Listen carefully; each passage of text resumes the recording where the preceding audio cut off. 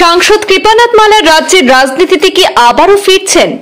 রাজনৈতিক চর্চার মধ্যেই ২৬-এর নির্বাচনকে নজরে রেখে হঠাৎ রাতাবাড়িতে তৎপরতা শুরু কৃপানাথ মালার।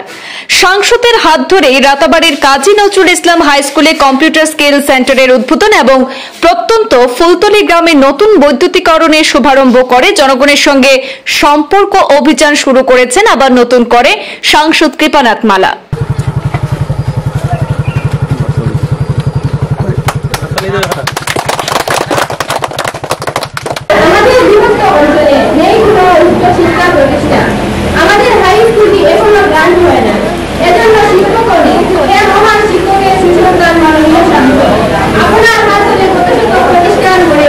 বেশ কিছুদিন ধরে খোঁজ মিলছিল না, রাতাবাড়িতে হঠাৎ সক্রিয় হয়ে উঠেছেন করিমগঞ্জের সাংসদ কৃপানাথ মালা।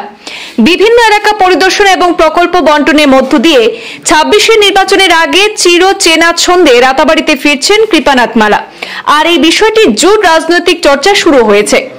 রাতাবাড়ি বালিয়া কাজী নজরুল ইসলাম হাই স্কুলে কম্পিউটার স্কিল সেন্টারের উদ্বোধন করার পাশাপাশি প্রত্যন্ত ফুলতলি গ্রামে বৈদ্যুতিক ট্রান্সফরমার প্রদান সহ নতুন লাইনের উদ্বোধন করে সাংসদ কৃপানাথ মালা তার বক্তব্যে কেন্দ্র ও রাজ্য সরকারের বিভিন্ন উন্নয়নমূলক প্রকল্পের কথা তুলে ধরেন। প্রত্যন্ত ফুলতলিতে বাইক যুগে এবং পায়ে হেঁটে তিনি উপস্থিত হতে দেখা যায় সাংসদকে।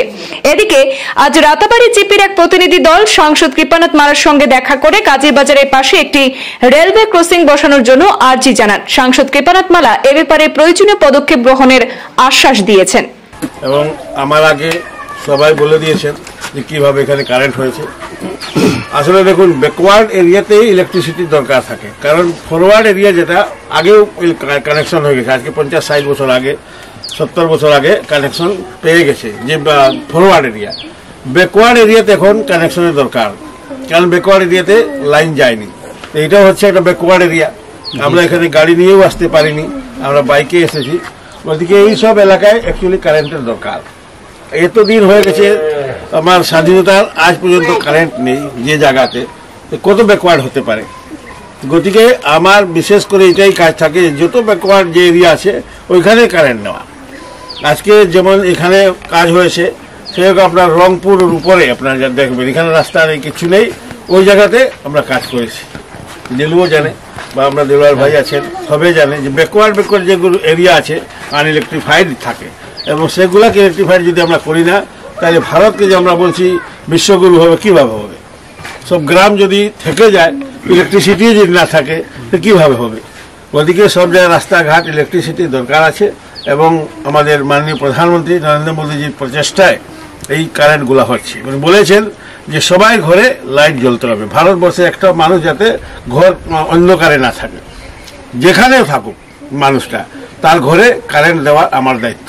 এই প্রধানমন্ত্রী এই প্রচেষ্টায় আজকে এই ধরনের কাজ হচ্ছে, এর আগে কোনোদিন এই ধরনের কাজ হয়নি। এবার অনেক টাকা উনি দিয়েছেন। ওনার উদ্দেশ্য হচ্ছে যে একটাও ঘর যাতে বাদ না থাকে, সবাই ঘরে কানেকশন দিতেই হবে।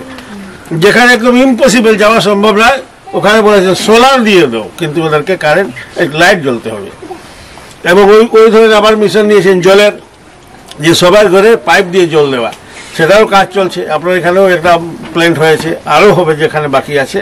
ওনার উদ্দেশ্য যে সবার ঘরে ঘরে পাইপের জল